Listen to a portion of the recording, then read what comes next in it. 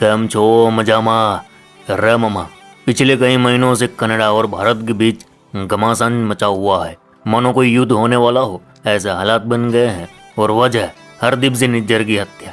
Canada लगातार यही कह रहा है खालिस्तानी आतंकी हरदीप सिंह निज्जर की हत्या के पीछे भारत की खुफिया एजेंसी रो और जेल में बंद गैंगस्टर लॉरेंस बिश्नोई का हाथ है। अब भारत का कहना है पहले हरदीप सिंह निज्जर का डेथ सर्टिफिकेट तो दो, फिर भौंकना। भारत ने इस आरोप को सिरे से नकार दिया। तो लगातार ये खबरें आप देख रहे होंगे। आज का हमारा मुद्दा ये नहीं है। आज हम बात करेंगे कि 18 जून की रात हरदीप सिंह निज्जर की हत्या कैसे हुई थी, कौन लोग थे, कहाँ ये हत्या हुई, हत्या से पहले और हत्या के बाद क्या हुआ, और रॉयल कनाडियन पुलिस इस केस की जांच कर रही थी, उसने क्या किया। ये वीडियो शुरू करते हैं।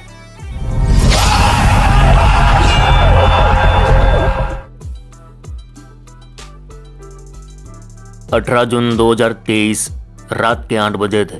जैसे हमारे यहाँ अलग अलग 28 राज्य हैं, ठीक ऐसे ही भारत से कोई 11,500 किलोमीटर दूर बसे कनाडा देश में भी एक राज्य है ब्रिटिश कोलंबिया, और उसका एक शहर सरे।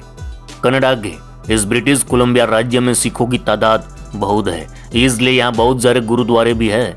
ऐसा ही एक गुरुद्वारा ब्रिटिश कोलंबिया के सरे शहर में भी है, जिसे गुरु नानक देव गुरुद्वारा कहा जाता है। और इस गुरु नानक देव गुरुद्वारा के प्रेसिडेंट है हरदीप सिंह निज्जर। 18 जून 2023 की रात करीब 8 बजे हरदीप सिंह निज्जर अपने ट्रक के साथ इसी गुरुद्वारे में मौजूद था, और 8 बजे के आसपास वह गुरुद्वारे से बाहर निकलता है। इस गुरुद्वारे के बाहर एक अच्छा खासा पार्किंग एरिया है। पार्किंग एरिया के बराबर में एक पार्क है, जहाँ पर गुरुद्वारे में आने वाले लोग कबड्डी फुटबॉल खेला करते हैं।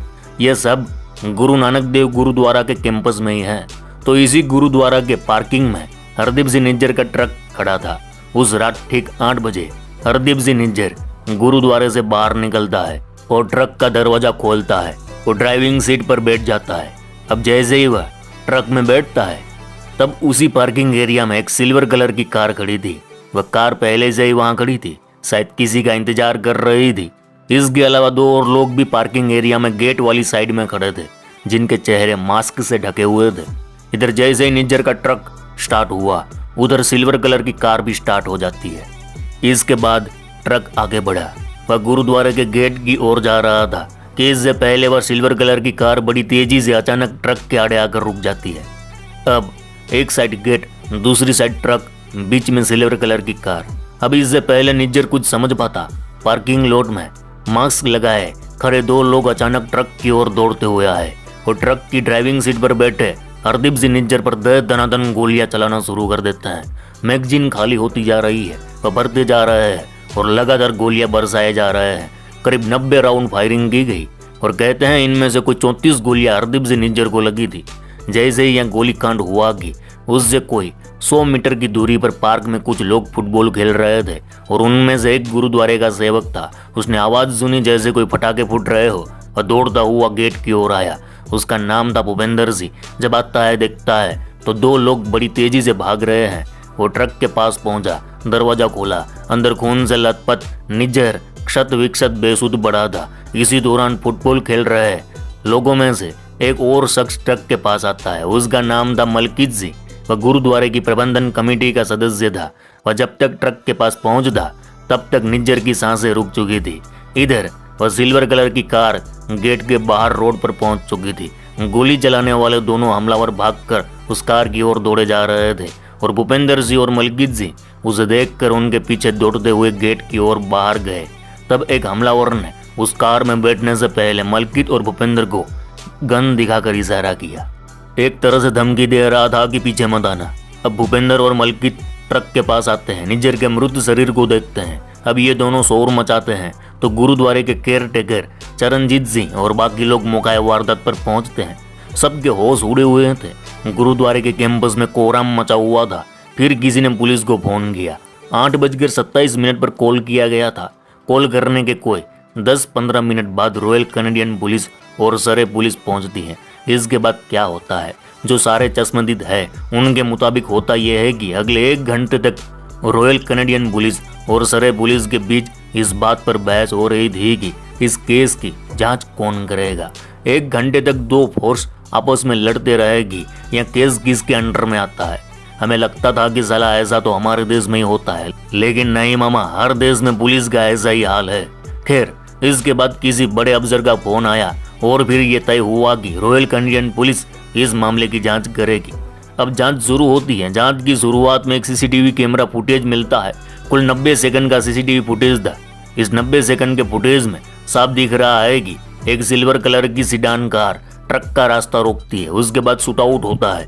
फिर 2 लोग कार में बैठते हैं। तब सीसीटीवी में यह भी पता चला कि कार में ऑलरेडी 4 लोग बैठे हुए थे। यानी इससे यह साफ हो गया कि हरदीप सिंह निज्जर को मारने कुल 6 लोग आए थे। इनमें से कुछ ने हुड्डी पहन रखी थी, उनकी लंबी लंबी दाढ़ी थी और चेहरे मास्क से ढके हुए थे। साफ दिख रहा था कि हरदीप सिंह निज्जर पर गोलियां चलाने वाले दोनों शख्स सिख थे। कार में बैठे लोगों का हुलिया पता नहीं चला, लेकिन कार में 4 लोग बैठे हैं ये पता चल गया था। यानी इस केस को टोटल 6 लोगों ने अंजाम दिया था। इसके बाद जांच चलती रही, लेकिन रॉयल कैनेडियन पुलिस को एक भी सुराग हाथ नहीं लगा। यानी रॉयल कैनेडियन पुलिस की जांच खोखली होती जा रही थी। जून बीत गया, जुलाई बीत गया, अगस्त भी बीत चुका था, लेकिन कनाडा की पुलिस को कुछ मिला ही नहीं। उधर तब निज्जर के परिवार वालों ने बताया था कि निज्जर को कई बार जान से मारने की धमकियां मिल चुकी थी, इसलिए उन्होंने कई बार अथॉरिटी से सुरक्षा की मांग की, लेकिन उन्हें कनाडा अथॉरिटी द्वारा सुरक्षा नहीं दी गई। यहाँ तक कि अपनी जान पर खतरा देख निज्जर ने बुलेट प्रूफ कार खरीदनी चाहिए, लेकिन ब्रिटिश कोलंबिया में रूल है कि कोई आम शहरी बुलेट प्रूफ कार का इस्तेमाल नहीं कर सकता। फिर उन्होंने बुलेट प्रूफ जैकेट खरीदना चाहा, लेकिन इजाज़त नहीं मिली। खैर, इतना वक्त बीत चुका था, 2 चश्मदीद थे, सीसीटीवी फुटेज था, फिर भी रॉयल कैनेडियन पुलिस कुछ कर नहीं पाई।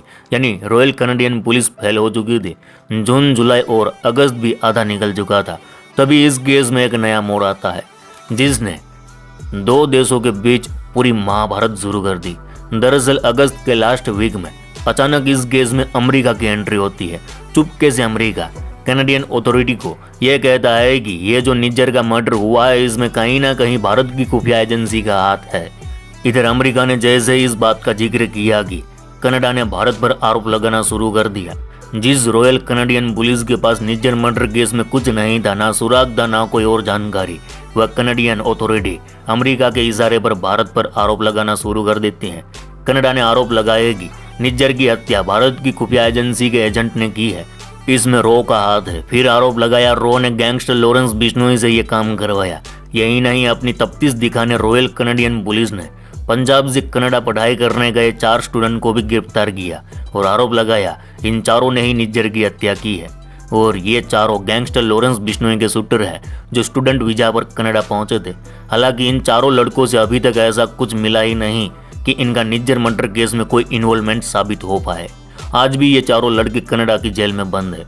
इसके बाद अब तक भारत कनाडा के बीच क्या क्या हुआ है ये आप सब जानते ही हैं। आपको क्या लगता है, खालिस्तानी निज्जर की हत्या भारतीय खुफिया एजेंसी रो ने की होगी, या फिर गैंगस्टर लॉरेंस बिश्नोई ने की होगी, या फिर रो और लॉरेंस बिश्नोई ने मिलकर की होगी, या फिर निज्जर की हत्या खुद कनाडा ने करवाई होगी, ताकि हत्या का आरोप भारत पर लगाकर कनाडा में खालिस्तानी वोट बैंक को रिझाकर आगामी चुनाव में उसका इस्तेमाल कर सके। आपको क्या लगता है, कमेंट में जरूर बताना। चलो इस गुज्जू भाई का राम राम, मिलते हैं फिर।